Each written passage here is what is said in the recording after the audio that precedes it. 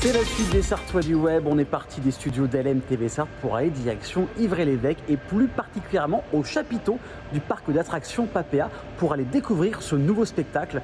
De quoi ça parle, qui sont les artistes, comment ça a été mis en place, mais surtout, je vais vous montrer les coulisses et on va peut-être s'essayer à diverses figures qui vont en l'air. Bon, ça, je ne sais pas si je vais y arriver, mais on va essayer. Bienvenue dans ce nouvel épisode de L'Épicurien.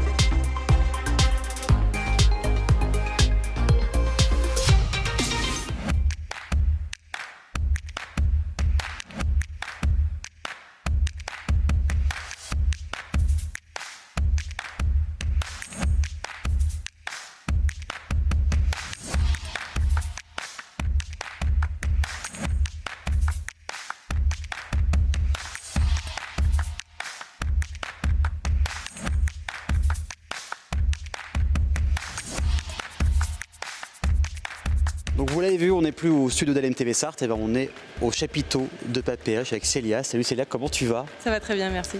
Donc merci pour l'invitation. Spectacle de cette année, ça s'appelle Caléi. Oui. Déjà, comment ça s'est mis en place, les spectacles ici avec Papéa? En une collaboration en fait avec les patrons de Papéa, Florian et Clarisse, Ok. qui nous ont demandé de créer des spectacles différents tous les ans pour que chaque personne qui revient puisse découvrir du coup un spectacle différent. Alors on va pas spoiler, mais tu t'inspires beaucoup d'un Pixar qui existe déjà avec des couleurs, sans en dire plus pour l'histoire.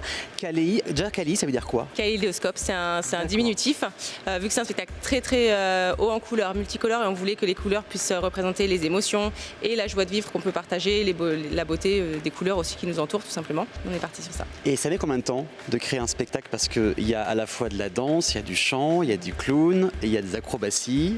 Combien de temps on met entre l'idée et les répétitions? Alors, c'est difficile à calculer parce qu'on va partir de l'idée, la création, et les nuits d'insomnie. Oui, je m'en doute. Voilà, c'est ça. Mettre toutes les idées ensemble, après réunir une équipe, trouver les artistes qu'on veut avoir, réunir aussi les artistes qu'on va avoir manuels, les créateurs, les costumiers, les gens qui font la musique, tout ça. Donc c'est pas mal de temps. On a 3 mois environ. On finit la saison d'hiver en fait au mois de décembre. D'accord. Il faut refaire une proposition en janvier. Si elle est validée, il nous reste 2 mois pour créer un spectacle. Parce que là, c'est vrai que sur scène, on vous a vu tous les 3, mais il y a beaucoup de personnes dans l'ombre. Combien de personnes s'articulent au cours de ce spectacle? Alors, pas tant dans l'ombre que ça, parce qu'en fait, chaque personne sur scène s'occupe aussi de la technique pendant le spectacle. D'accord. Oui, donc on est 3 sur scène, mais on n'est que 3. Pendant tout le spectacle. Donc ça veut dire que les musiques, les lumières sont lancées par nous aussi. On a aussi un numéro de tissu, un numéro de robe qui monte et qui descend. C'est nous aussi qui faisons ça aussi. Donc quand vous voyez 2 personnes sur scène, c'est qu'il y en a une 3e qui est en train de faire la technique derrière. Autant dire que c'est un spectacle qui est très sportif. C'est 25 minutes à la fois sur scène, mais en même temps côté technique. Exactement. Dans les personnes de l'ombre, on a la costumière qui nous a fait tous nos costumes. C'est aussi derrière? Exactement. Okay. Alors ça c'est moi.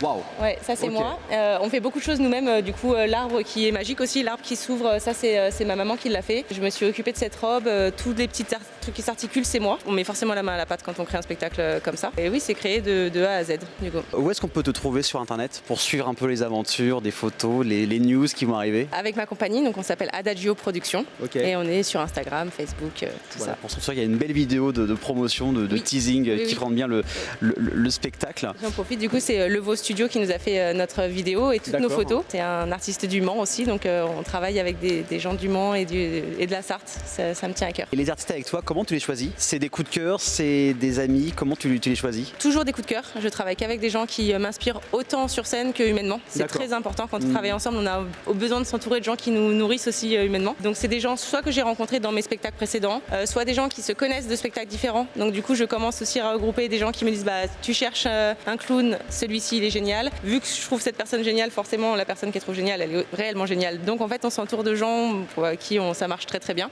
Encore une fois, des gens locaux qui ont du talent, qui du coup donnent là 6 mois de leur année à Papéa. Donc voilà, faut venir en fait à Papéa directement pour découvrir ce spectacle. À chaque fois, c'est 1 sur par jour. Comment c'est quoi l'emploi du temps de ces spectacles? Il y a toujours un spectacle à 15h15. D'accord. Et un autre à 16h30 si il y a assez de monde dans le parc, ce qui arrive quand même très fréquemment. Et je t'ai vu tout à l'heure, même avec toute ton équipe, vous êtes venu voir beaucoup d'enfants en fait qui trouvent vos costumes vraiment beaux. Ça se passe toujours comme ça après les spectacles? Oui. Vous restez tout le temps devant la scène? Ouais, on offre un petit peu un bain de foule à la fin des spectacles parce que c'est agréable, ils sont trop contents de venir nous voir et c'est aussi pour ça qu'on le fait. On fait ça pour émerveiller les enfants, pour leur donner un souvenir et c'est très agréable pour nous de recevoir les câlins, les petits yeux pétillants quand ils nous regardent et nous trouvent trop beaux, qui nous complimentent sur le spectacle. C'est une belle récompense pour nous aussi. Alors on va aller voir les autres artistes. Est-ce que tu peux nous les présenter brièvement? Qui sont-ils, ceux qui sont avec nous aujourd'hui? Brièvement, ça va être compliqué. Ah mince. Non, j'ai Céliane du coup qui est clown, qui a fait partie de plusieurs de mes spectacles et du coup, comment tu t'appelles? Je rigole, pardon. On garde ça au montage. Hein. On garde ça pour le reportage. Et Gauthier, du coup, avec qui je travaille depuis cette année, qui est chanteur et qui est du coup notre maître de cérémonie pour le spectacle d'aujourd'hui. Et ben restez avec nous parce qu'on va aller voir tout de suite ici. Allez, 10 secondes, suivez-nous.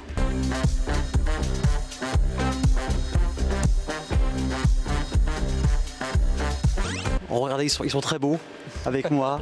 Il y a Gauthier et Céliane, comment ça va vous deux? Bah ça va bien, après une journée de travail, ça va toujours bien. Ouais, ça va, la pêche, la forme de spectacle, c'était chouette, bonne ambiance, on adore. Tout en couleur. Comment on se sent là? Il y a 2 spectacles, ça doit prendre beaucoup d'énergie. Comment on se sent à la fin d'une journée comme celle-ci avec du public, l'amour du public qui vous donne? On se sent heureux, reconnaissant de faire ce métier et un peu fatigué quand même. Oui, je m'en doute. Ouais. La chaleur, tout ça, content. Donc tu es clown, c'est ça? Exactement, ouais, je suis clown, comédienne, circassienne. Donc comment tu pourrais préciser, définir ce qu'est un clown dans un spectacle comme celui-ci? C'est le personnage auquel on s'attache, je crois, j'aime bien. C'est celui qui a le droit de tout faire, qui est tout permis et surtout toujours avec de la bienveillance bien sûr, de la joie et du partage, de l'amour. Et comment on prépare un spectacle en tant que clown, qu'artiste comme celui-ci en couleur avec quand même un double message à la fois coloré pour les enfants mais également aussi un message pour les parents? C'est un travail d'équipe déjà. On a tous travaillé ensemble sur le plateau, on a tous réfléchi et cherché et chaque clown qui nourrit ce spectacle a apporté son numéro à lui et l'a mis en couleur et en lumière pour ce spectacle-là particulièrement. Et Gauthier, toi, maître de cérémonie, chanteur aussi dans les airs. Oh oui. Comment t'as préparé ce spectacle-là, toi? Alors c'est pareil, c'est en équipe, en fait on est 3 par rôle sur ce spectacle, donc on a tous un peu apporté notre touche, notre personnalité, et puis du coup ce qui fait aussi la richesse de ce spectacle, c'est qu'on peut venir le voir plusieurs fois en fait, parce que chaque rôle définit le spectacle en fait. Il y a autant de rôles qu'il y a de spectacles, et c'est un peu la beauté de ce spectacle aussi, c'est qu'il est mouvant et multicolore, donc c'est aussi pour ça. Et les chansons, c'est vous 3 aussi qui choisissez? C'est la chef, Célia qui gère tout ça?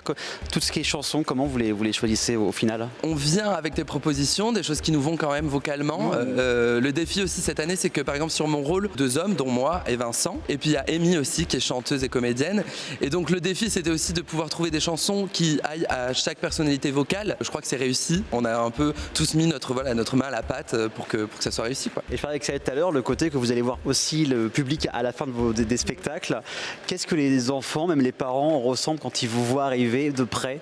On voit toutes les petites filles qui courent vers Célia parce qu'ils sont trop fans de la voir, celle qui s'envole dans les airs et qui est trop jolie, etc. Quand c'est aussi Daphné, pareil, ils sont tous là à courir. Donc en fait, vous passez après? Non, si le chanteur, etc. Moi, j'avoue que pour certains, ils ont un peu de réticence, ils ont un peu peur. C'est toujours le personnage du clown, il est à la fois attirant, mais à la fois un peu on sent que les gens ont ça en eux, un peu de peur, etc. Certains enfants ont très envie d'y aller. D'accord. Et puis d'autres sont un peu de réticence. Donc moi, ne m'approche pas. Un peu à tâtons en mode est-ce que c'est ok ou c'est pas ok.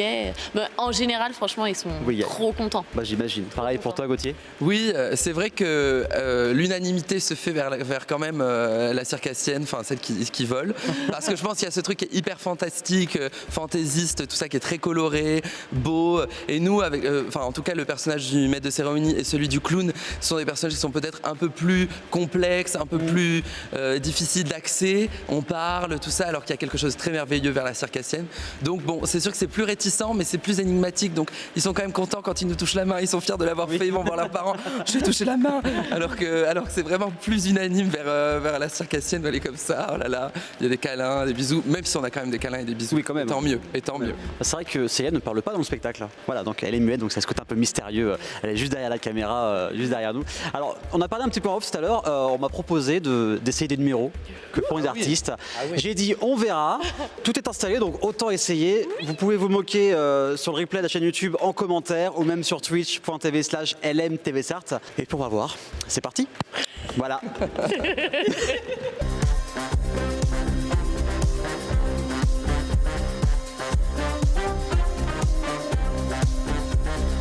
Bon, regardez, on va aller là, on va monter. Ça se porte comme ça. En fait, tu vas enfiler... Comme l'acrobranche, c'est ça? Oui, voilà, exactement. Okay. Tu mets tes deux pieds comme dedans. Très bien. Voilà, celui-là. Ok. Et puis là, tu peux l'enfiler ici. Ici, c'est ça? Ouais. Quand tu te sens bien maintenu. C'est le moment. Aïe, aïe, aïe. Bon, c'est parti. Alors là, ce que je te propose, c'est d'enfiler. C'est mettre une couche. Rentrer dans la jupe, quoi. Je mets ma jupe. Littéralement. Et tu mets tes pieds devant. D'accord. Vas-y, je fais comme ça, ok. Et l'autre pied devant. Hop là. Alors là, maintenant, vraiment, on l'enfile comme une jupe. Voilà, stop. Ok. Et ça fera le bêtisier, ça. Maintenant, je propose que tous les journalistes fassent ça aussi à Papéa. Et ce qu'il faut savoir, c'est que ça, normalement, je dois le faire en 2 minutes dans le noir pendant le spectacle. Et en fait, tu t'es entraîné tout seul. Ok. Et tout seul. Du coup, en amont, j'imagine que tu dois te chronométrer avant quand on répète. Ouais, bien sûr. Les premières fois, c'est quand même un peu de sueur.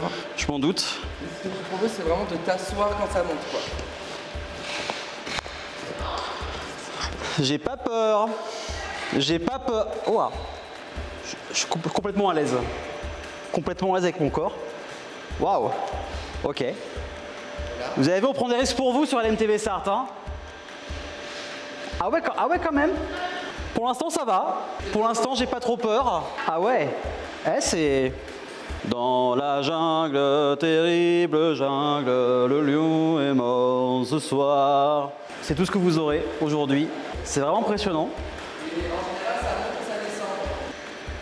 C'est pas mal. On est sur... Ouais, c'est bien. Je prends des risques. J'espère que le directeur va voir ce reportage. On va pouvoir avoir une petite prime de risque. J'aime bien. On est bien. On est bien. Merci, merci. Bravo. Merci beaucoup. Et ben c'est la fin de cet épisode de l'Épicurien. J'espère que ça vous a plu. N'hésitez pas à nous mettre en commentaire si vous voulez voir plus de reportages de ce style. Restez avec nous pour la dernière partie des Sarteurs du Web avec Manon et sa brigade du Web. À tout de suite.